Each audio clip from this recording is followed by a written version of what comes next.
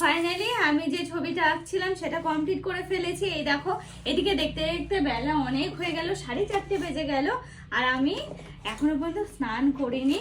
তো এই দেখো আজকের পেন্টিং। তো কেমন হয়েছে অবশ্যই জানিও।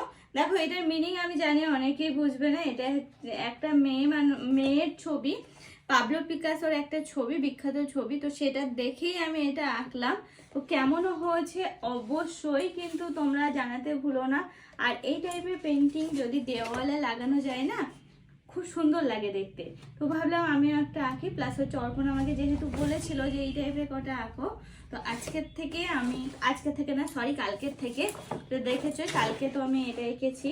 এটা তো সবাই বুঝতেই পেরেছো যে আমি এটা কি এঁকেছি, এই যে।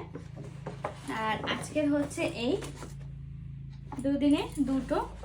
এটা লেগেছিল আমার 2 ঘন্টা মতো, তবে এটা আমার বেশ কিছুক্ষণ সময় বেশিই লেগেছে, 3 থেকে 4 ঘন্টা টাইম লেগে গেছে। কিন্তু দেখো, দেখে মনে হচ্ছে না যেন এটা টাফ, এটা ইজি না গো।